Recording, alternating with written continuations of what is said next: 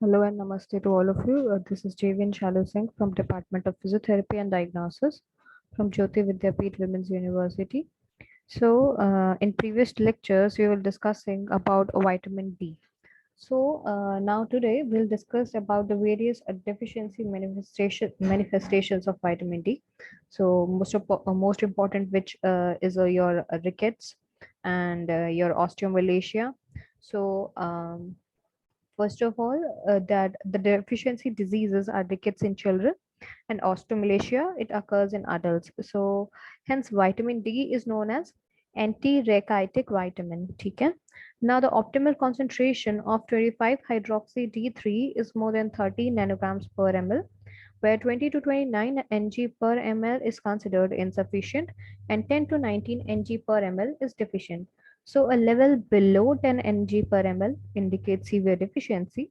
So the concentration more than 150 ng per ml is toxic, and the current modes to measure vitamin D in blood are RIA, CLIA, HPLC, and LC. Or tandem mass spectrophotometry.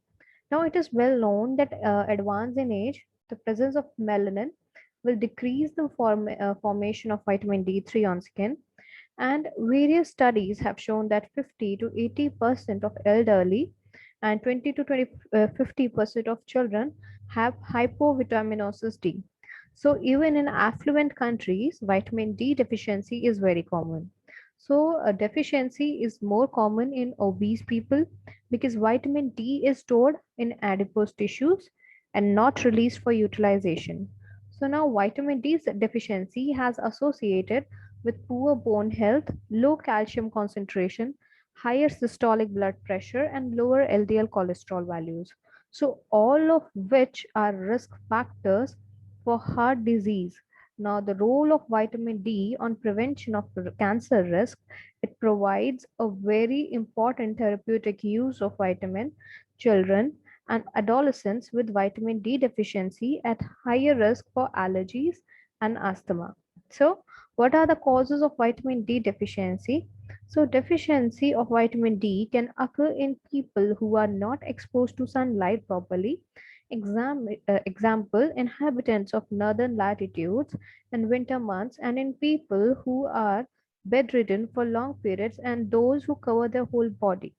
So, nutritional deficiency of calcium or phosphate may also produce similar clinical pictures. Malabsorption of vitamin in case of obstructive jaundice and steatorrhea and high phytate content is in diet may also reduce the absorption of vitamin. Now, abnormality of vitamin D activation, liver and renal diseases may retard the hydroxylation reactions. So, deficient renal absorption of phosphates. Now, hypovitaminosis D has emerged as a lifestyle disease by the beginning of new century, and about 1 million billion people all over the world are found to have deficiency of vitamin, which has been considered as a thing of the past. So the lifestyle changes that now keep people indoors, both adults and children, and the widespread use of sunscreens are responsible for this change. Now, clinical features of rickets. So, rickets are seen in children and they are insufficient mineralization of bone. So, bone becomes soft and pliable, and the bone growth is markedly affected. So, the classical feature of rickets are bone deformities, weight bearing bones are bent, and continued actions of muscles are also cause bone malformations. Now, the clinical manifestations include bow legs, knock knee, rickets rosary, bossing of frontal bones, and pigeon chest, and an enlargement of epiphysis at the lower end of ribs and costochondral junctions will lead to the beading of ribs or rickety rosary, and Harrison sulcus is a transverse depression passing outwards from the costal cartilage to axilla. So this is due to independentation of lower lips at the site of attachment of diaphragm. Now, what are the clinical features of osteomalacia? So the term is derived from Greek osteon, which is bone, and malacia means softness. Now, the bones are softened due to insufficient mineralization and increased osteoporosis. So, patients are more prone to get fractures. So, the abnormalities in biochemical parameters are slightly lower serum calcium and a low serum phosphate. So, it may be noted that vitamin D deficiency is never produced before hypocalcemia, and tetany will not be manifested. So serum alkaline phosphatase bone isoenzyme is markedly increased. So what are different types of rickets now?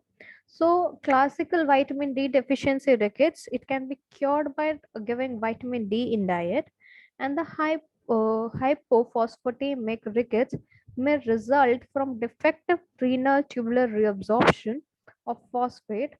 Supplementation of vitamin D along with phosphate is found to be very useful. So vitamin D resistant rickets is found to be associated with Fanconi syndrome, where the renal tubular reabsorption of bicarbonate, phosphate, glucose, and amino acids are also deficient. So renal rickets in kidney diseases and even in case of vitamin D is available. So calcitriol is not synthesized. And these cases will respond to administration of calcitriol and end organ refractories to 125 DHCC and will also lead to rickets. So either a decrease in number of cytosolic receptor or a structurally abnormal receptor is noticed, and the bone disease has been found to respond to mega doses of calcitriol, that is 35 mg per day.